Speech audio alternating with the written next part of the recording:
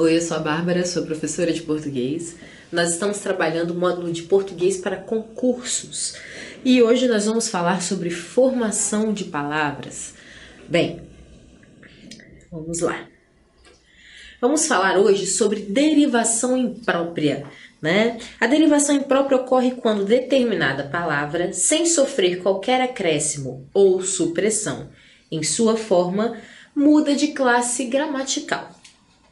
Neste processo, os adjetivos passam a substantivos. Então, olha só, a gente chama de derivação imprópria porque não é exatamente uma derivação, né, gente? Vocês sabem, né? A derivação é aquilo que, quando a gente pega a palavra mar e faz maremoto, a gente tem a palavra raiz, primitiva, né? E a palavra derivada. A derivação imprópria tem esse nome imprópria, não porque a derivação é feita de um jeito errado, não, mas é porque não é bem uma derivação, é algo tipo uma derivação. Então, nesse caso, né, quando os adjetivos passam a substantivos, né, por exemplo, os bons serão contemplados, né? Então a gente tem aqui, olha, bom, né, bons, é um adjetivo, certo? Este é um bom bolo. Você é uma boa pessoa. Fulano é bom aluno, né? Então, isso é adjetivo. Só que quando a gente coloca os bons, né? Então a gente transforma essa palavra que é um adjetivo em um substantivo. Você sabe, né? Substantivo é tudo aquilo que tem um artigo na frente. Então, a menina, a TV, os óculos, a camiseta, né? Então tudo isso é substantivo. Então uma vez que você pega bom, né? E transforma, pega esse da classe adjetivo e coloca numa outra classe, né? A classe substantiva, nesse caso, né? Você está fazendo uma derivação, tá? Uma derivação imprópria. Mas também pode ser, olha, os particípios passam a ser substantivos ou adjetivos, né? Então, particípio, lembra? É uma forma nominal do verbo, né? Feito, impresso, não tem tempo verbal nominal, tipo gerúndio, né? Está feito. É que o particípio, ele fala sobre uma ação concluída, né? Sobre algo que está concluído. Então, escrito, feito, falado, dito, cantado, né? Então, tudo isso do, do, ido, né? É tudo particípio. Então, aqui você transforma o particípio em substantivo e adjetivo. Então, olha, aquele garoto alcançou um feito. Quando a gente pega e coloca um feito, né? A gente está transformando um substantivo. Um substantivo, né? Na verdade, substantivo, quando a gente coloca assim, é um substantivo um pouco indeterminado, né? Então, não é o feito, é um feito, né? Mas, enfim, é um substantivo de qualquer modo. E aí, você pega, né, o feito. Por que o feito é um particípio? Porque quando eu digo assim para você, o que está feito, né? O que significa? Que você fez alguma coisa que você não tem como voltar no passado para refazer, para fazer de novo, para voltar atrás. O que está feito, está feito. Então, uma forma de dizer sobre a ação de fazer. É algo que já foi feito, concluído, né? Então, isso é o tempo do particípio, ok? Então, quando a gente pega e fala alcançou um feito, né? E a gente fala isso bastante. Nossa, que feito que você realizou, né? Que feito que você alcançou. Na sua ação de fazer algo, né, algo que está feito, que foi feito por você, isso torna-se um feito, né? Quando uma coisa admirável, sabe? Passou no concurso, passou no vestibular, né? Então, alcançar um feito, é algo que é admirável.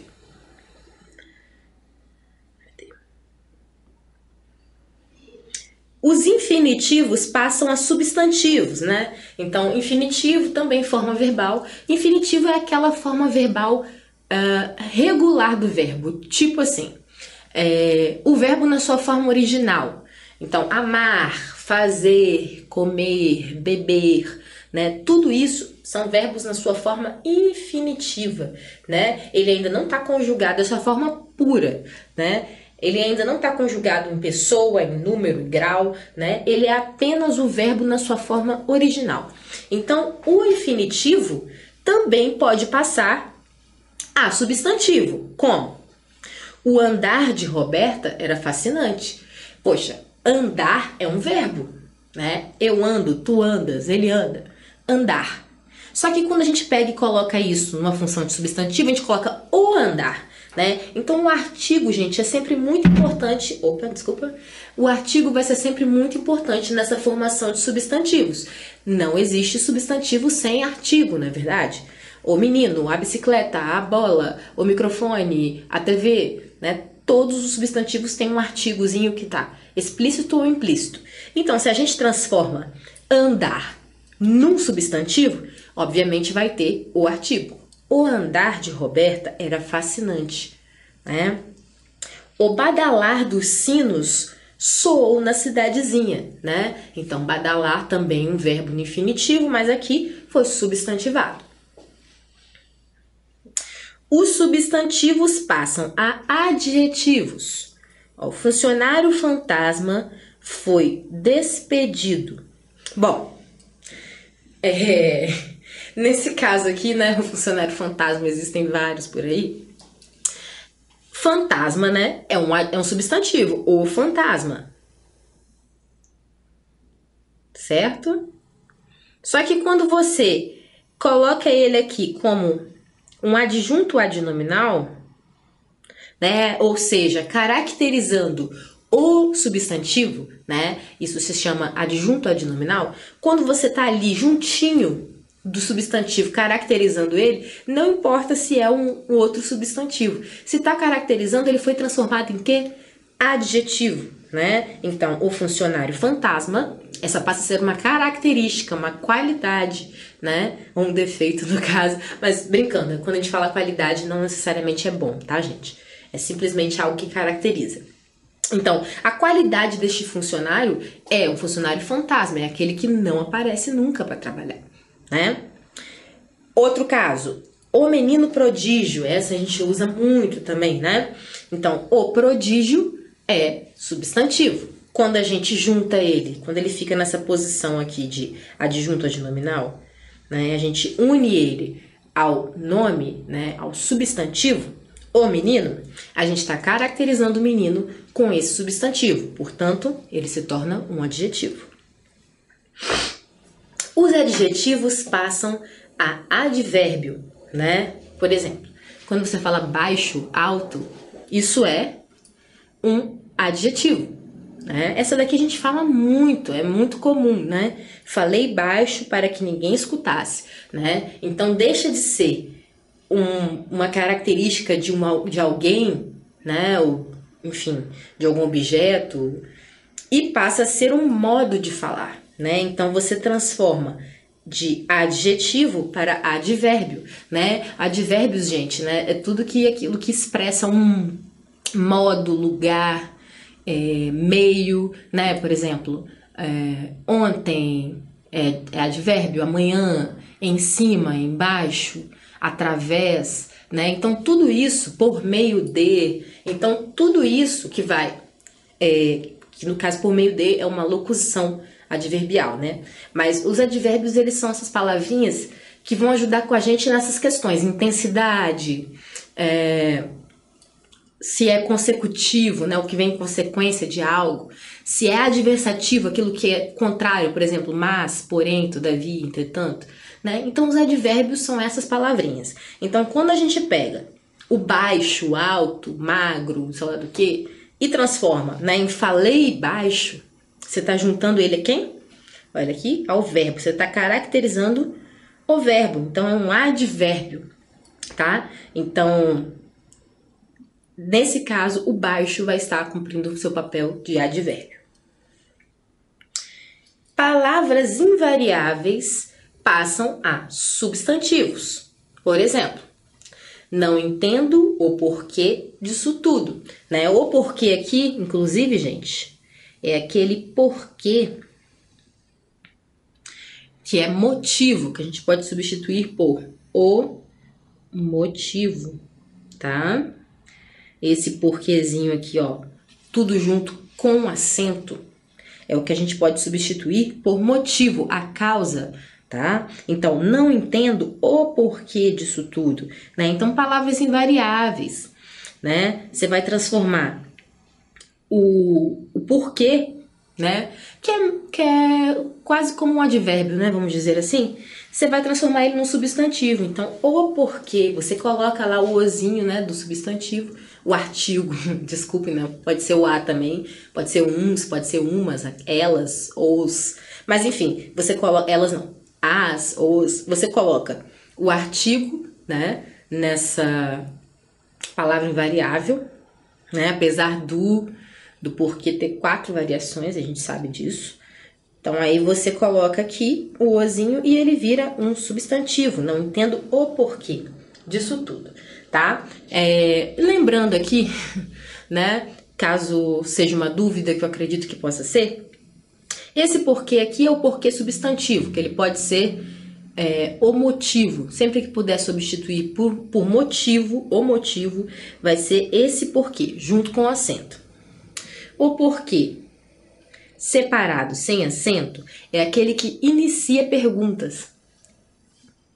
O porquê junto, sem acento, é aquele que você vai utilizar para responder. Cadê?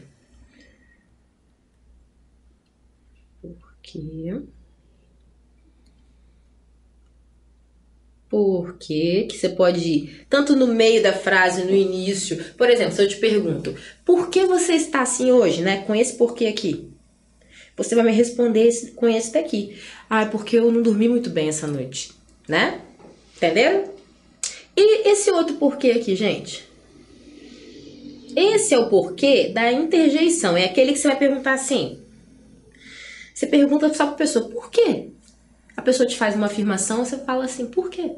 É esse porquê aqui, é aquele porquê que aparece sozinho, sabe? Ou tem uma afirmação numa questão lá do livro didático, ponto. Por quê? É esse porquezinho aqui, ok? Combinados? Não esqueçam. 7. Os substantivos próprios tornam-se substantivos comuns, né? Ainda um tipo de derivação imprópria. Então, vamos lá. Aquele coordenador é um Caxias. Bom, quando a gente pega assim, Caxias, né? Vocês já devem ter ouvido isso. O Caxias tá relacionado, gente, ao Duque de Caxias, né? Que era um chefe severo, exigente, ele era militar. Então, ele era muito ali exigente. Então, tornou-se convencional você chamar a pessoa que é muito exigente, né, que é trabalhadora, aquela pessoa que não falta nunca, que tá sempre ali certinha com o trabalho, de Caxias também, ok? Então, a gente transforma um sobrenome, porque é o sobrenome dele, Duque de Caxias, né? Caxias. E aí você transforma isso num substantivo comum, porque você deixa, né, tira do nome próprio dele, tira a letra maiúscula e passa a ser algo comum, que você pode dividir com qualquer pessoa, a partir do sobrenome dele. É como se você pegasse o meu sobrenome, Silva. Já fizeram isso. Era só mais um Silva, né? Então, um sobrenome próprio. Só que o que você quer dizer com era só mais um Silva? Né? Era uma pessoa comum, mas que conseguiu subir na vida, conseguiu ascender. Comum porque Silva, né, é o sobrenome mais comum do Brasil. Então era só mais um Silva, era só mais uma pessoa, né, comum, mas que conseguiu se destacar de alguma forma, tá? Observação. Os processos de derivação vistos anteriormente fazem parte da morfologia, porque implicam alterações na forma das palavras. No entanto, a derivação imprópria lida basicamente com o seu significado, o que acaba caracterizando um processo semântico. Por essa razão, entendemos o motivo pela qual é denominada imprópria. Então, a imprópria é simplesmente porque ela não é morfológica, igual a derivação que a gente vê, igual, né? Eu falei, mar, maremoto, terra, aterrar, né? Então, por não ser essa coisa morfológica e simplesmente semântica, é só uma mudança de sentido, que a gente chama de derivação própria, ok? Agora, composição, uma outra forma, né? A composição é o processo que forma palavras compostas a partir da junção de dois ou mais radicais. Existem dois tipos de composição. A composição por justaposição, né, que é ao juntar duas ou mais palavras ou radicais, não ocorre alteração fonética. Então, olha, passatempo, quinta-feira, girassol, couve-flor, né? Observação: em girassol houve uma alteração na grafia, o acréscimo de um S, né? Justamente para manter inalterada a sonoridade da palavra. Então, assim, decidir quais palavras vão estar juntas ou separadas por hífen é uma convenção, né, que foge do nosso controle, né? A gente não sabe muito bem por que algumas palavras, né, são compostas unidas sem o hífen e outras são com. Mas, né, para não mudar o som da palavra, eles colocaram mais um S em girassol. Por quê? Senão seria girasol, tá, gente? Então, coloca-se mais um S para manter o som da palavra. Agora, composição por aglutinação. Ao unirmos dois ou mais vocábulos ou radicais, ocorre a supressão de um ou mais de seus elementos fonéticos. Então, vamos ver. Exemplo, embora, né? Que veio de quê? Em boa hora. Então, gente, esse tipo de composição, né, são coisas que estão na nossa língua há muitos anos. A gente não sabe nem quando as pessoas começaram a aglutinar as coisas, né, para facilitar a comunicação. Então, em boa hora, né, a gente fala embora. Eu nasci com embora já aqui posto para mim, para eu aprender, né? Provavelmente vocês também. Então, embora, né? Em boa hora. Fidalgo. Fidalgo, essa a gente aprende na aula de história, né? Filho de algo, referindo-se a quem? Aqueles que vieram de famílias nobres. Filho de algo, filho de alguém. Hidrelétrico, né? Hidro mais elétrico. Planalto, plano mais alto. Então, vocês podem perceber que todas essas palavrinhas, elas sofreram a supressão de algumas vogais ou consoantes, né, nessa junção. Então, diferente da justaposição, né, que não se altera, né, o tamanho da palavra, no caso de girassol e outros exemplos, né, se acrescenta mais um S para não mudar o som, mas de maneira geral você não perde letras, né? Observação. Ao aglutinarem-se, os componentes subordinam-se a um só acento tônico, o do último componente. Então, assim, quando você for, né, se a palavra tiver acento, né, vai ficar do último componente, o acento tônico, ok? Né? No caso de hidrelétrico aqui, se hidro tivesse um acento também, né, hidrelétrico continuaria com acento no mesmo lugar, porque é a última palavra que prevalece. Redução.